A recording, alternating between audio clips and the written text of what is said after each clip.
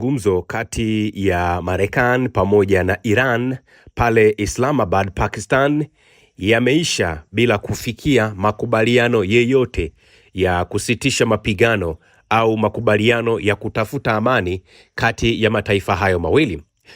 Taarifa ya naibu waziri mkuu au waziri wa mambo ya nje mwishoni mwa mazungumzo ya Islamabad kutoka Pakistan imesema, ningependa kuanza kwa kueleza shukrani zangu za dhati kwa Jamhuri ya Kiislamu ya Iran na Marekani kwa kuitikia wito uliotolewa na waziri mkuu wa Pakistan Muhammad Shehbaz Sharif wa kusitisha mara moja mapigano katika eneo hili, pamoja na kukubali mwaliko wa waziri mkuu wa kufanya mazungumzo ya amani mjini Islamabad. Ujumbe wa Marekani uliongozwa na makamu wa rais wa Marekani Mheshimiwa J.D. Vance na ujumbe wa Jamhuri ya Kiislamu ya Iran uliongozwa na spika wa bunge la Iran Mheshimiwa Baghel Karbaf, ambao waliwasili jana nchini Pakistan kushiriki katika mazungumzo ya Islamabad. Mimi pamoja na mkuu wa majeshi ya ulinzi na mkuu wa jeshi la nchi kavu Field Marshal Said Asim Munir tulisaidia kusimamia duru kadhaa za mazungumzo makali na yenye tija katika pande hizi mbili, ambayo yalidumu kwa zaidi ya saa 20 zilizopita na kuhitimishwa asubuhi ya tarehe 12 mwezi wa 4 2026. Kwa niaba ya Pakistan, ningependa kutoa shukrani kwa pande zote mbili kwa kuthamini juhudi za Pakistan katika kusaidia kufanikisha usitishaji wa mapigano na jukumu lake la upatanishi. Tunatumaini kwamba pande hizo mbili zitaendelea na moyo huo chanya ili kufikia amani ya kudumu na ustawi katika eneo zima na maeneo mengine. Ni muhimu kwa pande husika kuendelea kuheshimu dhamira yao ya kusitisha mapigano. Pakistan imekuwa na itaendelea kutekeleza jukumu lake la kuwezesha mawasiliano na mazungumzo kati ya Jamhuri ya Kiislamu ya Iran na Marekani katika siku zijazo. Nimeamua nianze na hiyo kauli ili kuzima minong'ono na maneno ambayo yanazungumzwa kwamba Irani imekubali, Irani sio imefanya nini. La hasha. Walikuwa wa kwanza wa Marekani kuingia Pakistan na wamekuwa wa kwanza wa Marekani kuondoka Pakistan baada ya Iran kugomea matakwa ya Marekani ambayo yaliwasilishwa na J.D. Vance, na baada ya hapo J.D. Vance akazungumza na vyombo vya habari. Washington na Teheran zimeshindwa kufikia mwafaka, inaitwa tunarudi bila makubaliano, J.D. Vance ameongea.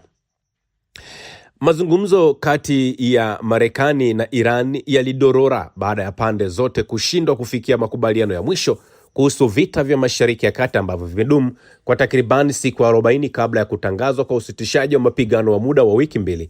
Kufuatia usitishaji huo, pande zote zilikutana Islamabad kwa lengo la kubadilisha makubaliano hayo ya muda kuwa amani ya kudumu.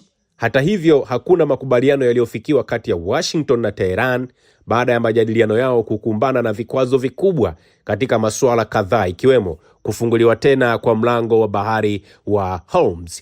J.D. Vance, makamu wa rais wa Marekani ambaye aliongoza ujumbe wa Marekani, alitangaza kurejea baada ya mazungumzo kudumu kwa saa 21 kushindwa kuzaa matunda. Vance anasema kuwa Marekani iliipatia Iran makubaliano bora zaidi, lakini Iran ndio waliokataa makubaliano hayo. Anasema, tumeweka wazi kabisa mistari yetu miekundu, mambo tulio tayari kuyakubali kwao na yale ambayo hatuko tayari kuyakubali, na tumefafanua hilo kwa kiwango cha juu kabisa. Huenda wao wamechagua kutokubali masharti yetu, amesema Vance alipokuwa akiwahabarisha wanahabari kuhusu mazungumzo ya Islamabad. Katika hotuba yake ya dakika 3, makamu huyo wa rais anasema wawakilishi wa mataifa yote mawili walikuwa na mazungumzo kadhaa yenye uzito mkubwa. Pamoja na hayo, wameshindwa kufikia makubaliano ambayo yangedhamini amani ya muda mrefu katika eneo hili la Ghuba. Anasema, tumekuwa na mazungumzo kadhaa yenye uzito na wa Iran. Hiyo ndiyo habari njema. Habari mbaya ni kwamba hatujafikia makubaliano, na ninafikiri hiyo ni habari mbaya zaidi kwa Iran kuliko ilivyo kwa Marekani, anazungumza J.D. Vance. Ingawa Vance hajafichua kwa kina kile Tehran ilichokataa, amedokeza kuwa Marekani haikupata dhamira ya wazi kwamba Iran haitaendeleza silaha za nyuklia katika siku za karibuni.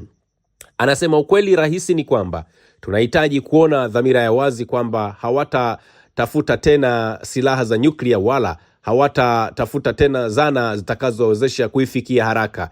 Hilo ndilo lengo kuu la rais wa Marekani na ndilo tulilojaribu kufanikisha kupitia mazungumzo haya, amesema.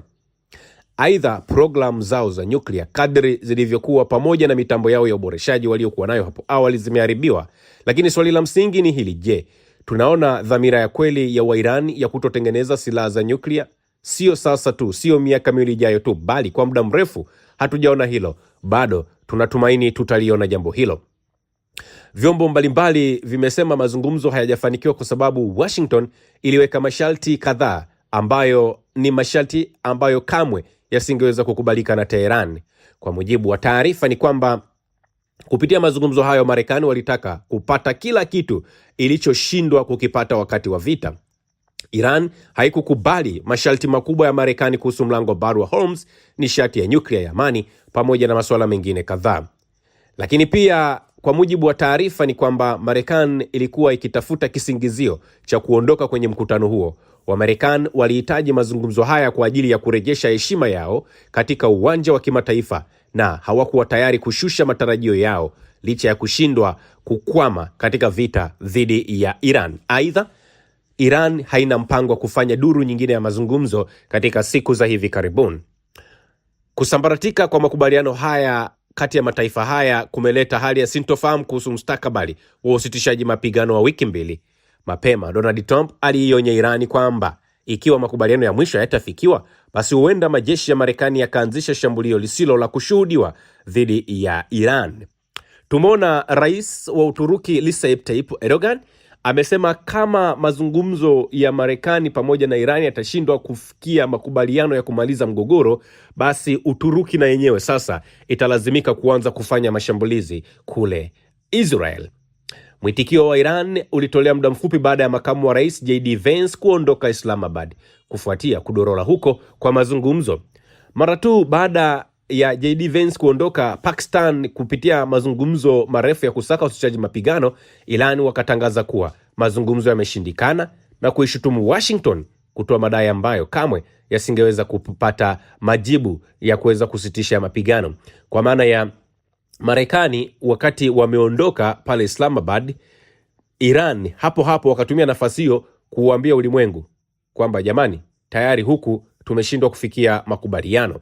Kupitia chapisho kwenye mtandao wa X, ubalozi wa Irani nchini Ghana umesisitiza kuwa mlango wa bahari wa Hormuz utaendelea kufungwa hadi pale makubaliano ya kuaminika ya usitishaji wa mapigano yatakapokuwa yamefikiwa. Marekani ilimsafirisha makamu wake wa rais nusu ya dunia hadi Islamabad saa 21 za mazungumzo. Wamedai kila kitu walichoshindwa kukipata vitani. Irani ilisema hapana kubwa, mazungumzo yamekwisha, mlango wa bahari wa Hormuz bado umefungwa. Makamu wa rais wa Marekani anarudi mikono mitupu. Hili ni neno la Iran tena, hawana chaguo lolote lililobaki la kuokoa uso wao. Wakati huo, msemaji wa wizara ya mambo ya nje ya Iran Ismail Baghai anasema majadiliano hayo yalifanyika katika mazingira ya kutokuaminiana, akiongeza kwamba haikuwa rahisi na halisi kutarajia mafanikio katika duru moja tu ya mazungumzo. Anasema ingawa pande zote mbili zilifanikiwa kupata mwafaka katika baadhi ya hoja, tofauti zimeendelea kuwepo katika masuala mawili muhimu, na hivyo kuzuia kufikiwa kwa makubaliano. Kwa mujibu wa taarifa ni kwamba hakutakuwa na mabadiliko yoyote katika hali ya mlango wa bahari wa Hormuz isipokuwa Marekani itakapokubali kile ambacho Teheran imekizungumza, kile ambacho Iran wanasema wao lazima yale masharti yao ya Irani manne ni lazima yapate majibu ya moja kwa moja. Usisahau kusubscribe, like na kubonyeza alama ya kengele. Asante.